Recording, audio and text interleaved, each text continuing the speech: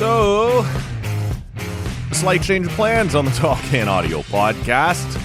Welcome inside the TCA studio in beautiful Bytown, Canada.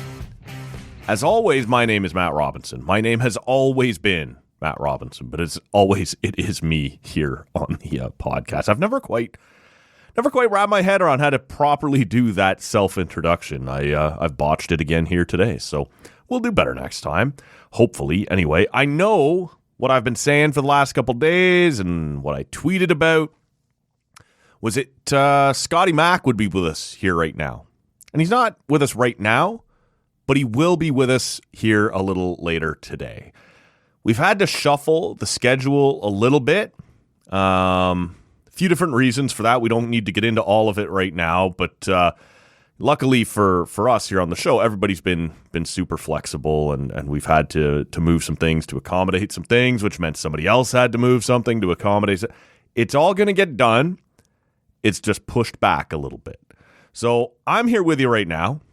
I got a couple things I want to talk to you about, and I think it's time. I think it's time you and I talk about. We don't talk like we used to. I'm worried we're drifting apart, guys. But what happens here a lot of the time is I'm here asking questions of other people, and maybe I got things to say. Maybe I got takes. Maybe I got opinions I want to get out there. And so we'll do a little bit of that today. But later on today, which will be late Wednesday afternoon, we will get the Scott MacArthur episode out to you. Like I said, we'll talk some NFL playoffs. We'll talk some baseball. It's going to be great. We're looking forward to that. And still on Thursday, as was always going to be the case, Kevin Michie will be here. He's got a new gig with PWHL Toronto. That's going to be fun. He's still working for Sportsnet as well. We'll talk to him about that. And of course, this weekend, WWE Royal Rumble. And that's one of Kevin Michie's gigs for Sportsnet, is covering the world of wrestling. And it has been a big week in the wrestling world, even on top of the fact that Royal Rumble is coming up this weekend. So we'll talk to him about all of that. And I might, at the very end of this episode, have a take or two on what's gone on this week in the wrestling world as well.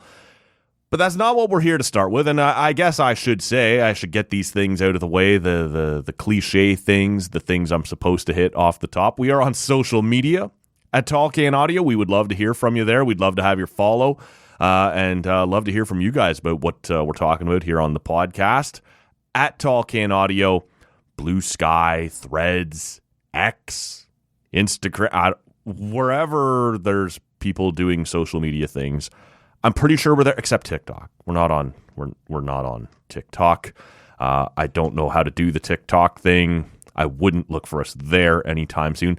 It's not a too cool for school thing. It's actually being far too uncool for school. I just don't get it, and so we're not there. Everywhere else, though, we're there. At Tall Can Audio. Give us a follow. Why don't we start? Look, later on, we're going to talk a little Sens. We will talk a little Leafs. We will talk a little WWE to Netflix. We'll get into all of it. But I just finished watching PWHL Ottawa get their first home win against Toronto over at TD Place in front of about, over 6,000 fans. Again, another really nice crowd for PWHL Ottawa. And they finally get their first home win. I say all of it, I'm being unfair, and I don't mean to be. I've been enjoying watching this team. I actively chose to make that the hockey game I watched on Tuesday night was Toronto versus Ottawa in the PWHL. It's only been 2 home games before this one that Ottawa has had, and they lost them both in overtime.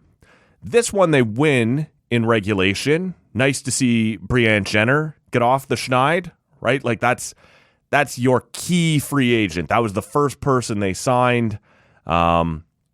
Supposed to lead the way. That's your captain. And, she hadn't scored yet. So great to see that get done in the first period. Great to see Emily Clark score. Emmerance Mashmeyer has been everything you could possibly have asked her to be early in the season. That's been terrific as well. The one concern I guess I would say I have, and again, it's early, so I don't want to overstate it, but this sort of failure that Ottawa has had to pull away. And again, failure is a strong word, but that's the word.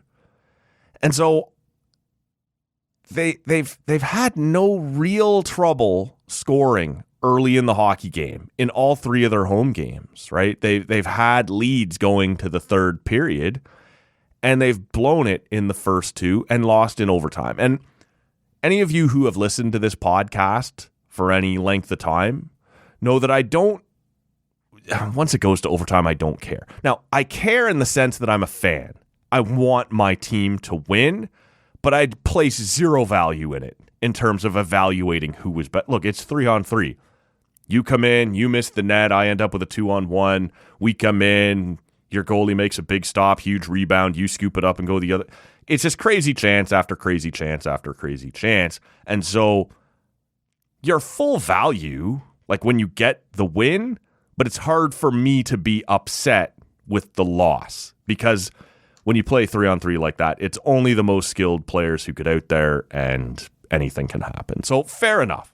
Ottawa lost their first two home games in overtime. That's legit. Those games count.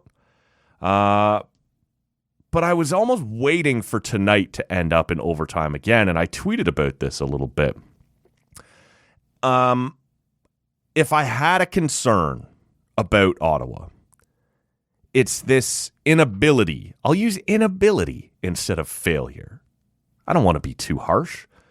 This inability to put teams away, to extend your lead, to put your foot on the throat and just bury somebody. You're up 2-1 late in the second and you pot two late to end it. You get one late in the second or one early in the third and it's over. It's 4-1 and then you can grind it out. When you just sort of sit there on these multiple 2-1 leads, which has sort of been the case, again, very early, very small sample size, but when you just decide 2-1 is enough and kind of sit there, it's a hard way to play. It's a lot of pressure on your defense. It's a lot of pressure on your goaltender. And even your forward, like every shift is still now an important shift. Whereas if you could just find one, maybe two more in one of these games, everybody can breathe a little. You just go through the motions, get the puck in deep, all the stupid cliches, and just sort of ride out the third period. And thus far, we haven't seen Ottawa do that a lot. And that was my fear in the second period. Ottawa came out flying in the second period on Tuesday night, up 2-1, carried the play in waves towards Toronto for the first 6 or 8 minutes, maybe in the second period. Toronto coach Troy Ryan isn't happy with what he's seeing, calls a timeout. And after that, Toronto sort of takes over. Certainly through the rest of the second period. The third, there's a bit of score effects here. And if you're not familiar with that term, it's sort of the idea that even subconsciously, like even if it's not strategy, the trailing team is more desperate, is going to keep coming at you. And so the shots will likely favor the trailing team in any third period, in any hockey league. It's just sort of, it's hard to get past that, right? The mentality of we're winning, I should sit back and protect. Oh, I'm losing, I should put everything on goal, I should get it in deep. So often, if you're not familiar with score effects, it's not a perfect statistic, but it's the rough idea that the trailing team is going to likely outshoot you in the final moments, final minutes, maybe the final period of the game. I didn't get the feeling that that's exactly what was happening here. I got the feeling that this was sort of Ottawa's MO, similar to what it was in the first two home games, that you sort of take the foot off the pedal a little bit and they're going to come at you. And with, roughly 2 minutes left, I don't know the exact time, Ottawa takes a penalty, still up by 2-1 late in the third period.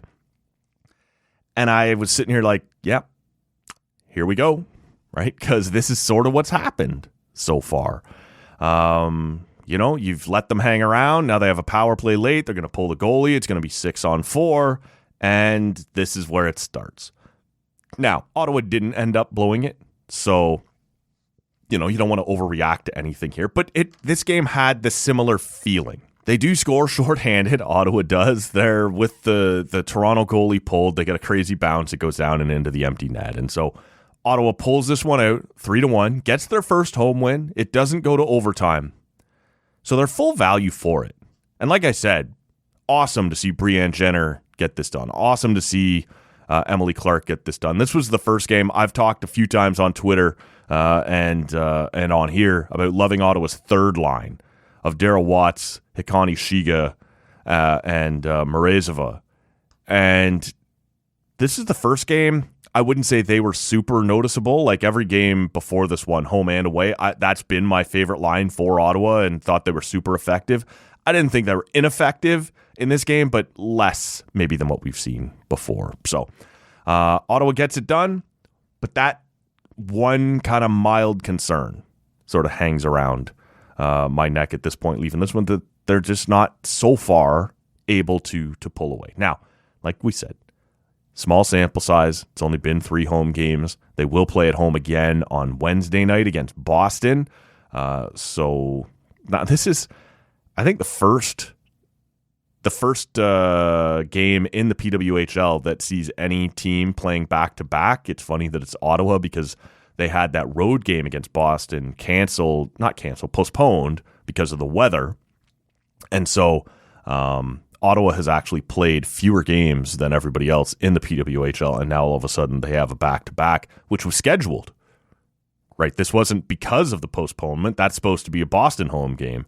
This is a scheduled back-to-back. And so when these games, because of the nature of the schedule, it's 24 games over the course of the season, they've sort of all been spread out, except for right now, in which Ottawa's going to play back-to-back home games. So we'll see how they look. No one else has been asked to do that yet. I assume we'll see Ottawa's backup in goal. I don't know that, but that would be my assumption because Emmer'n Smashmeyer has played every minute of every game thus far for Ottawa. So if I was going to try and get my backup in there, that would probably be the moment against Boston, although they come in with some serious firepower. But it was interesting to watch. What was not interesting to watch, I know some of you are waiting, and there was another game involving another Ottawa hockey team against the Habs. I didn't watch it. Look, I know when I talk to this audience, there's a certain amount of Sens content that's expected. When the PWHL game was in intermission, I was flipping to the Sens and the Habs. That's about it. And you got to understand that if you're not a Sens fan, if you're not a Habs fan, this is a game between two of the worst teams in the Eastern Conference. It's not that interesting. I see on Twitter as we're sitting here now recording this episode, the Sens fans and certain Sens fans anyway. We made them our patsies, and we owned them tonight. And all right, they're actively trying to lose. You're actively trying to win, and you're behind them in the standings. So no, this was not a particularly interesting game for me. So I didn't watch it. I understand Korpisalo, by all accounts, is pretty good. Shane Pinto gets his first goal of his return and of the season, so I'm sure that's exciting for everybody. But this season is lost. We'll talk about the Sens as we go, but there was... I'm sorry. I know how it's coming off, but Habs Sens at this point in the NHL season is not interesting to anybody unless you're a Habs Sens fan. That's just the way it is. But the other big story from the Ottawa hockey scene today was the article that Ian Mendez had in The Athletic, having spoken to Jacob Chychrun. That was just before the game in Montreal on Tuesday night. And I guess he wanted to clear the air on this notion that's going around that maybe he's unhappy in Ottawa or looking to leave Ottawa. And I guess that's fair enough. He acknowledges in the piece that he understands why his name might be out there. He's a defenseman, still a pretty young guy, 25 years old. The team is terrible, which no one was banking on at this point in the season. And so there's going to be changes. Whether or not it's specifically him remains to be seen. But at that point, with a year left on his contract, a young guy who's still pretty solid, there will be teams interested at the trade deadline, especially with him having that 1 year left at a pretty reasonable cap hit. And so he sort of acknowledges, I get that my name's going to be out there because that's the business, but I guess what he wanted to nip in the bud was this idea that he wanted to leave, that he was unhappy here. And we've all heard the stories that were a big deal, especially when he was traded here last year from Arizona, that he has family connections in the area. I guess he lives now close to his grandfather and to his sister, Mendez included in the piece. And so that this sort of feels like home to him, and he would like to stay here long term. So he does draw the distinction between wanting to leave and understanding that he might have to leave if he's traded. And we sort of talked about this at the time last year, and I took some shit because, I get it, guys. Sometimes I'm not the one you want to hear from in these moments if you're a Sens fan, because I'm not, and so it feels like piling on a little bit. And I'm conscientious of that, even though it doesn't feel like it sometimes. Look, there's a time when we're in here with a guest and having a good time and throwing elbows back and forth. Yeah, I'll take a cheap shot at the Sens, and I know most of our guests have no problem taking a cheap shot at the Leafs, and it's fine. It's fun. But I do like to think that from time to time, I'm capable of being objective on what we're looking at here. And when they traded for Chychrun last year, I said a couple times and to a couple different guests, I thought the trade itself in a vacuum was fine. What Ottawa gave up to get a good young defenseman who could be part of the rebuild for quite a while, I didn't feel like Pierre got taken to the cleaners or anything like that. I thought it was an okay trade. But you do give up a major asset, and it wasn't exactly what they needed. And you guys know this, right? It's a third left-handed defenseman, and none of the left-handed defensemen that you already had were people that you wanted playing third pair minutes. So as soon as you brought him in, someone was going to be moving to their offside. And it's fine. It's not the end of the world. Some guys can adjust to it, some can't. But did you really want to ask a young Jake Sanderson to move to the right side? Not really. Did you really want to ask Thomas Chabot, who was already kind of struggling a little, and that has continued into this year? Did you want to ask him to move? And he's a good soldier. He's willing to do it.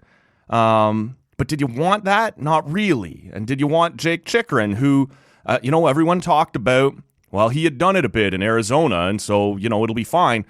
Well, he had sort of said in Arizona he didn't love it either, and his results when he moved weren't great. And so, again, the trade is fine. Like, you want to accumulate good young talent, and they brought this guy in, and like I said, the price they paid was totally reasonable. Pretty good deal, in my opinion, by Pierre Dorion. But you've now spent that asset, and so there's something called opportunity cost, right? You no longer have that asset to go get the thing you actually need. If I only got $20 and I need food, but I'd like a couple beers and I spend $20 on the beers, I'm going to be hungry tonight. So I pointed that out a couple different times, not saying that it was a bad deal, not saying that I thought within a year we'd be talking about trading Jakob Chychrun, but just that this wasn't the perfect fit, in my opinion. And I took the blowback that, you're just crapping on the set. Yeah, fine, maybe. But here we are, a year later. They never did get what they needed, which was, more stability on the right side of that defense. It's been another bad year, and now we're talking about possibly dealing Jakob Chychrun. Now, I should say, if it was me running the Ottawa Senators, and, probably wouldn't be ideal for a lot of you. Look, that's not the guy I would be looking to trade. He's had his ups and downs this year. But I've liked what Jakob Chychrun overall has done. I wouldn't, you've heard me say on this show before, I also wouldn't be willing to trade Jake Sanderson. And that leaves you, Thomas Chabot. I am willing to trade you. Now, he would be less desirable, I think, to a team trading for him, slightly higher cap hit, longer term, and you're really not sure what he is at this point. So I get it that might not be doable. And I should say again that I haven't looked at the contract statuses, who has no moves, who has no trades, and these sorts of things. I don't know what's in that for Thomas Chabot and what control he might have on the situation. If it was up to me, I would keep Chychrun and I would keep Sanderson, and I would be willing to trade Chabot for help somewhere else. But that's not what this was about. And so Mendez talked to him, and he was frustrated that the narrative is out there that he wants to be traded. And I guess I kind of get that. And this is the point that I wanted to make. I'm going to drop a name on you here in the hopes that you'll follow me down the path. And that name is Pierre-Luc Dubois. or now that he's gone Hollywood, I guess it's PL Dubois. This is a guy that was apparently unhappy in Columbus, asked for a trade, and until he got it, he started to dog it terribly. Would not compete. And we all remember there was one memorable night that, people were posting footage of how bad he was doing on the forecheck, on the back check, and he ends up getting sat down by John Tortorella, and then it's not long after that he gets traded. Off to Winnipeg he goes. And in theory, that's going to calm his angry heart. He'll be happy to be a Winnipeg Jet. I think it was his father who worked already in the Winnipeg Jets organization. But it wasn't long after that you start to hear the rumblings. Yeah, he's not willing to sign long-term in Winnipeg. He wants to go to Montreal. Now, I know he ends up in LA, and we'll get to that in a second. But at the time, my recollection is that everyone was talking about Montreal. He wasn't demanding a trade. He just wasn't going to talk about a long-term extension with Winnipeg. And most people believed that it was about going home as a free agent to Montreal when his contract in Winnipeg expired. Now, like I said, he gets traded to LA because Winnipeg can't ride that out. They need to get something for this guy if he's not going to stay. And as we sit here right now, the Jets seem to have done all right in that trade, sitting first in their division, and very good team, and the pieces that they got back for Dubois have helped out quite a bit. But in hindsight, a lot of the insiders are saying that LA was always one of two teams. It was Montreal and LA. He was willing to go to LA. I don't know if that's them covering their own asses. I don't know if that was just something I missed earlier on. If you heard it, power to you. But the reason I bring this name up is he's in an NHL backwater like Columbus. He's not happy. He wants to leave. And he gets that done. He gets traded to a passionate hockey market where he has family connections in the organization. And this is supposed to be the thing that gets them up and going and gets him going again. He's going to be re-energized. He's going to be a powerhouse. And it's not long before we're like, nah, I'm not going to stay here either. I'm good. I'll either go to Montreal or apparently I'll go to LA. So they trade him to LA, signs long-term, and now LA, after getting off to a great start, in which he was a significant contributor, LA has cooled off in a big way. And he has cooled off in a big way. And people are sort of pointing at him as one of the reasons that LA is no longer looking as strong as they did early in the season. Could they rebound and turn it around and get going? Of course they could. It's still a pretty good roster they have there. We'll see what happens. I know Sens fans are looking at Cam Talbot and going, we told you, because he's suddenly looking human again as well. But it was sort of this, I just don't want to be in Columbus. I'm not a high maintenance guy. I just don't like it here. I want out of this backwater. So they get him to Winnipeg, and I guess you could argue it's a backwater, but it's a passionate fan base. Says, I'm not staying here either. Off to LA. And now there's a little bit of schadenfreude, a little bit of shameful joy at Dubois' struggles. You see it online a little bit. You see it in the coverage a little bit going, here's a guy who has orchestrated his way out of town twice. This was supposed to be the answer. Here you are, right where you wanted to be, Los Angeles, and you're struggling. You're not getting it done. You've just signed a big contract, and you're not contributing. Now, how did we end up talking about Pierre-Luc Dubois? Jacob Chychrun. I'm not saying this is Jacob Chychrun. What I am suggesting is that Jacob Chychrun, with this article today from Ian Mendez, is trying to make sure he does not become the next Pierre-Luc Dubois. I'm not saying he's even lying. He might be very happy in Ottawa, wants to stay long-term, and wants to get this turned around. But whether he does or doesn't, I absolutely would get out into the media and go, whoa, whoa, whoa.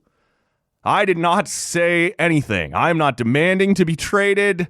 I'm happy here because he's got some things in common with the early stages of the Dubois reputation. NHL backwater of the Arizona Coyotes. They stink. He's sort of in and out of the lineup. He's not happy there. He asked to be traded. It takes a long time to get that done. Pierre Dorion swoops in, makes a pretty, if you're a Sens fan, like we talked about a few minutes ago, I think a pretty reasonable trade offer, and they get him. Off to Ottawa he comes. So you ignore everything I said a few minutes ago about whether or not it was the right move for Ottawa. It was the right move for Chychrun. He's going to a place that is supposed to be on the upswing with all this young talent. He's got family in the area, and it gets him out of that NHL backwater. And here we are, a year later, talking about whether or not he's going to be traded at the deadline because this hasn't worked. They need other pieces, and he is very valuable as a very good defenseman with a year left on his deal at the after this one.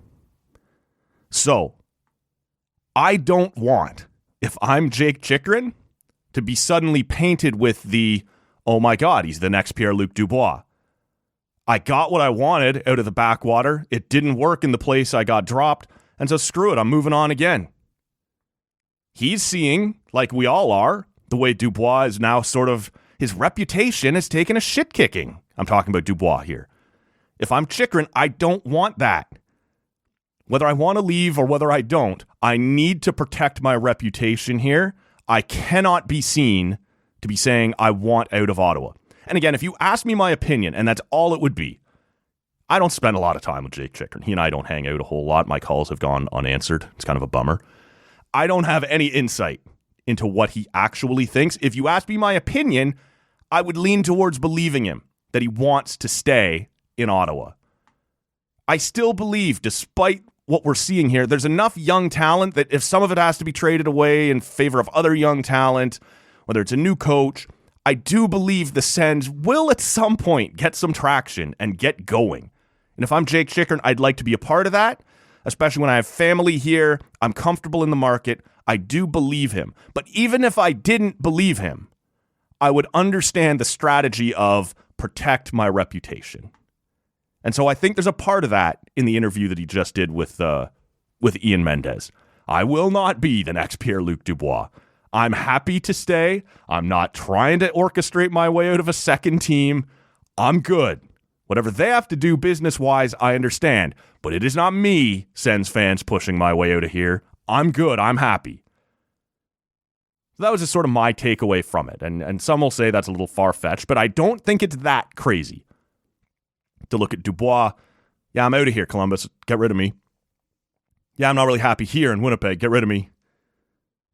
How different is it than what Jake Chychrun is? There is a little bit of reputation protecting here, and I think quite fairly.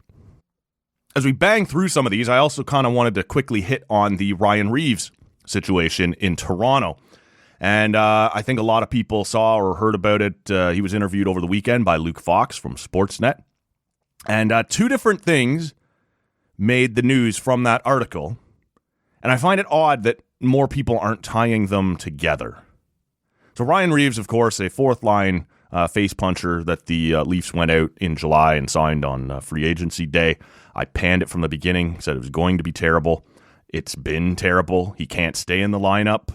Before he got injured, he couldn't stay in the lineup. He couldn't compete. He was on the ice all the time getting scored on. Brutal, brutal signing. He's just no longer an NHL player. That's just the way it is. So he ends up getting hurt. They put him on IR. And this past weekend, he tells Luke Fox, I've been good to go for a few months. I don't know why I haven't been activated. I don't know why they're not playing me. And I sort of understand the sentiment behind that. As a competitive guy, you're an athlete, you've sort of been sidelined here. But you were also sidelined before you got hurt. You weren't playing all that much.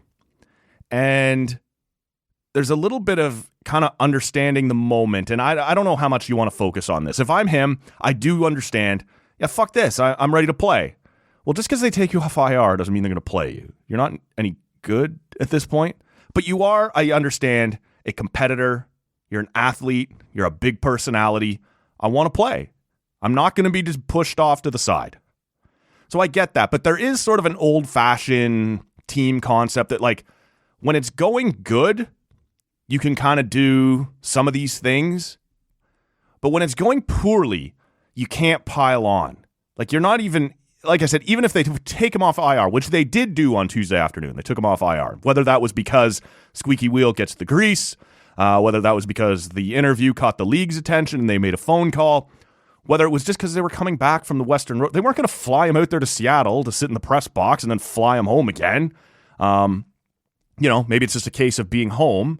The other thing to consider quietly, Tyler Bertuzzi has been put on, I don't know what the term is, but like personal leave. His wife is expecting, and so, he wanted a day or two off. I don't know whether he'll play Wednesday night, but he wasn't at practice on Tuesday. But his roster spot, while he's on this, like I said, I don't know what you call it. It's not paternity leave yet. He doesn't have the kid yet, but like he is allowed to leave the team to attend to this family situation. So you open up a roster spot and a little bit of money, but I wouldn't expect Bertuzzi to be gone for 2, 3, 4 days. So this is only a short-term situation, but that did allow them to take Reaves off IR. But it might not be any more complicated than the fact that they just got back from this West Coast trip and were ready to do it. Now, there are other reporters who are saying that Reaves has been saying since like the first week of January, I'm good to go. So there's this outburst, and look, there's a few different angles on this, but the second part of the article that he mentions, he's like, yeah, I don't play anymore without these knee braces because sometimes my knees just like bend backwards, or when I get out of bed in the morning, my knee's not in the right place. Like, well, that seems like a problem. Your knees bend backwards like a dog? And how long has this been a thing? Presumably since before the summer. Did Brad Treliving and Maple Leafs GM just not bother with your medical? Yeah, come on in with your 2 busted knees. Here's 3 years at $1.7 million. It's going to be great. It hasn't been great. But the reason I don't understand why these are tied together, or aren't being tied together, is how do you in the same article say I'm totally healthy, but also sometimes when I get out of bed in the morning, my knees fall apart? That doesn't sound all that healthy. I'm not sure it grants the Leafs permission to leave him indefinitely on IR, but it does seem problematic.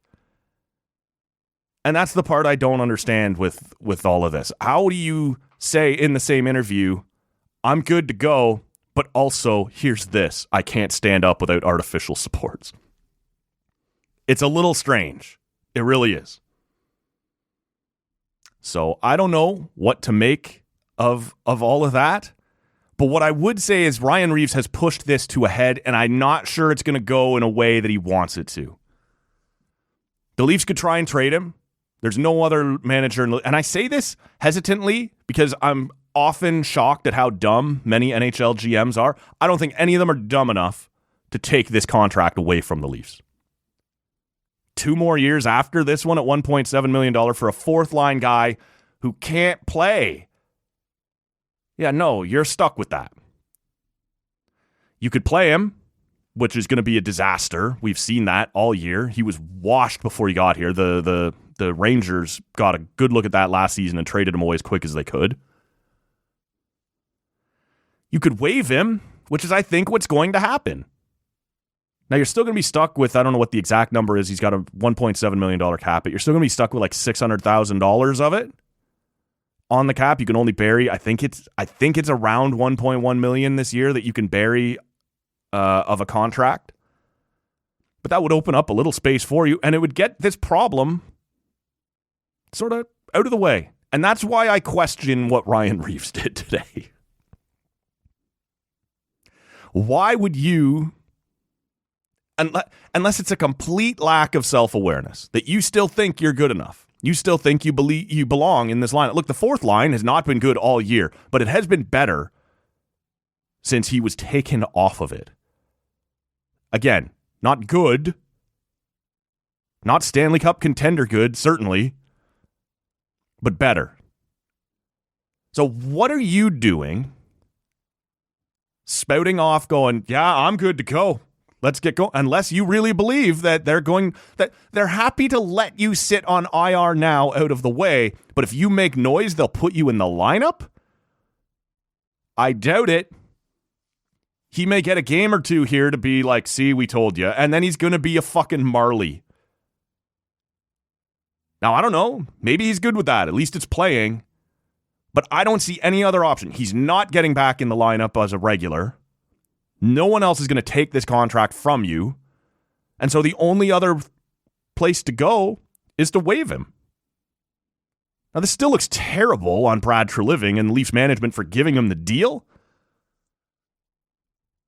But I think they're going to try and erase as much of it as they can. So, fascinating to see. I'm really not sure what he thought he was accomplishing in that particular interview. Unless, like I said, unless there's just a total lack of self-awareness and he still believes he's getting back in and he's going to be a part of this. You don't have knees, man.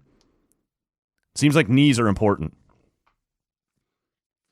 Last thing I want to touch on here just quickly, and we will get into this when Kevin Michie is on the show from Sportsnet. I just quickly want to mention, because when Kevin Michie and I scheduled this, it was mainly to talk about his work now with PWHL Toronto. He's still kicking around and working for Sportsnet as well. But this is WWE Royal Rumble weekend coming up. And Kevin Michie is as connected as anybody to the wrestling scene, covers it for Sportsnet. So I thought it'd be kind of fun to talk about that. But just on Tuesday morning, news broke that Monday Night Raw is moving to Netflix. And I know a lot of people's eyes glaze over when we talk wrestling, but I would encourage you just for a moment to stick with me here, because I'm not going to break down wrestling matches for you. I want to talk a little bit about the sports broadcast industry for a second. And I think this is kind of a harbinger of things to come. I was really surprised when I saw this on Tuesday morning that WWE Monday Night Raw in the United States is moving to Netflix. Now, I should say quickly, in the United States, SmackDown, their other big weekly show, is going to USA Network. NXT, which is like their call-up development league where guys train, is going to the CW Network. And for the next little while, their pay-per-views, like the big, specialty shows, Royal Rumble, WrestleMania, SummerSlam, Survivor Series, those are staying on NBC's streaming service, Peacock. So there's a lot there that you're going to have to subscribe to if you want to watch all these shows. You're probably going to have to keep cable, you're going to have to get Peacock, going to have to get Netflix. But in Canada, in the United Kingdom, and in Latin America, and a few other territories, everything will move to Netflix. So if you're a wrestling fan, you subscribe to Netflix for whatever it already costs you. You will get Raw and SmackDown, which is their weekly shows. You'll get WrestleMania, the Royal Rumble, right? The big specialty shows. All of it will be on Netflix. You won't be able to watch it on cable anymore. But there is some value there as a wrestling fan that goes, yeah, but I just have to subscribe to this one thing.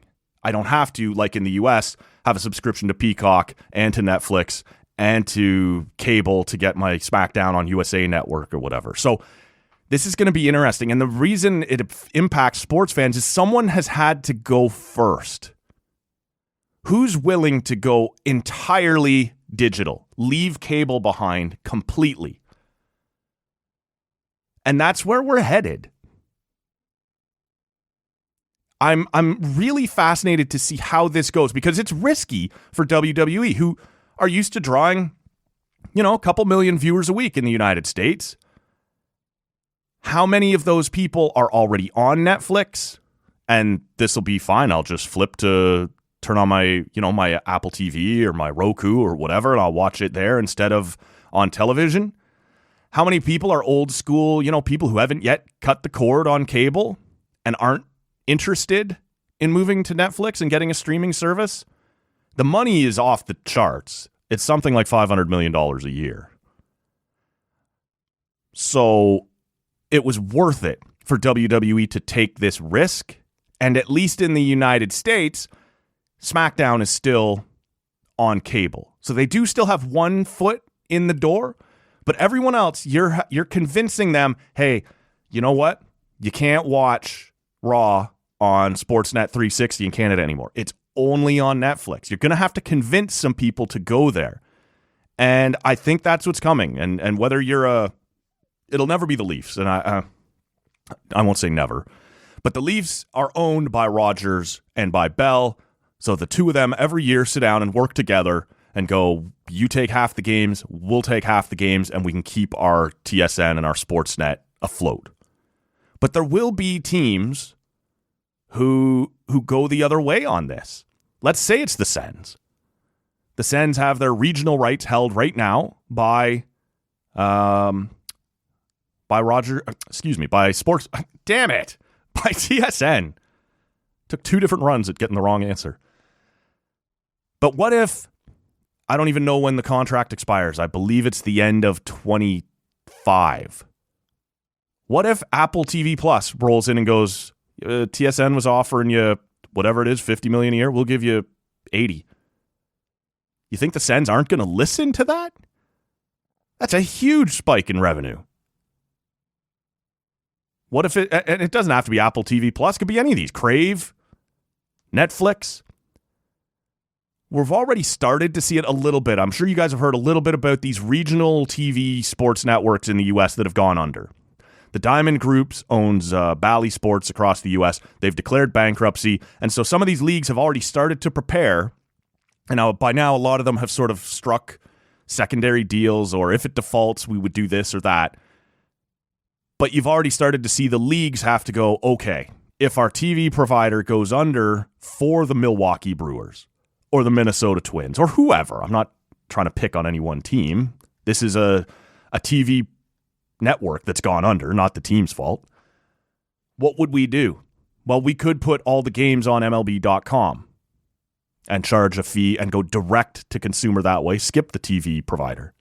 I think that's a possibility in some of these leagues. It's hard because let's say the Sens TV deal expires at the end of 25, but the Jets don't until the end of 27, and the Canucks don't until the end of 28. I don't know when all these, what do you do in the meantime? But it's possible that your new policy could be nobody renew. We just move all of these into our own NHL.com, and we will sell this ourselves to subscribers. And I think that's actually the most likely outcome. I don't know what form it takes yet, but all of these games ending up under one streaming platform, whether it be one of the big boys like Netflix or Amazon Prime, or whether these leagues take it on by themselves, I think that's where we're headed. And so whether you're a wrestling fan or not, if you're interested in where TV sports rights is going, this WWE deal is fascinating. Netflix has got their foot in the door with WWE, which, again, like them or not, draws huge ratings every week. Millions of people still tune in to watch that. So they've gotten Raw in the US.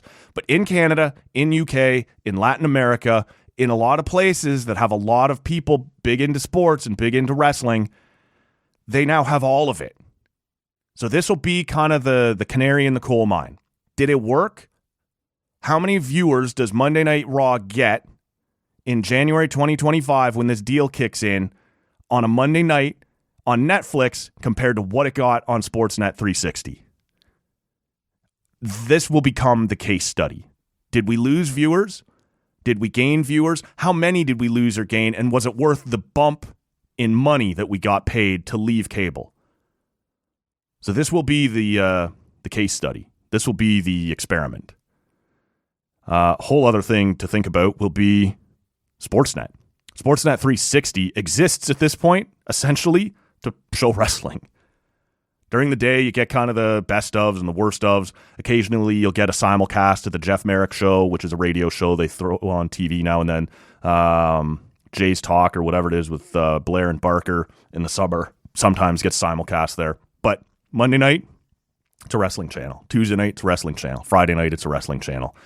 You know, that's basically the whole reason that channel still exists, is to give WWE a place to, which is paying Sportsnet a lot of money, to broadcast their shows. So when they lose all of that in January 2025, what does Sportsnet 360 become? Or does it disappear? So a lot of interesting stuff on that front as well. Like I said, Kevin Michie is going to be here on the podcast this week.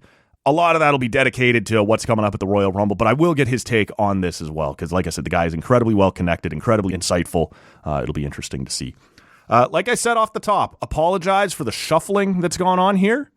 When one guest had to move, everybody had to move. So look for Scotty Mack later in the day on Wednesday, probably late afternoon. Kevin Michie Thursday, and we'll see. Haven't yet been able to nail anything down with Lever, so we'll see whether that's going to happen or not. But those two guys, both incredibly cooperative, and so, like I said, look for Scotty Mack Wednesday afternoon and Kevin Michie on Thursday, or anytime at talkcanaudio.com or on your podcast feed. You can check it out whenever you want. Who am I to question? Appreciate your understanding on why we had to move some things here. Appreciate you guys sticking around to listen to this one. Just we vent on some little things as we move through the week on Talk Can Audio. Thank you so much for listening. My name is Matt Robinson. We'll see you next time. That's it.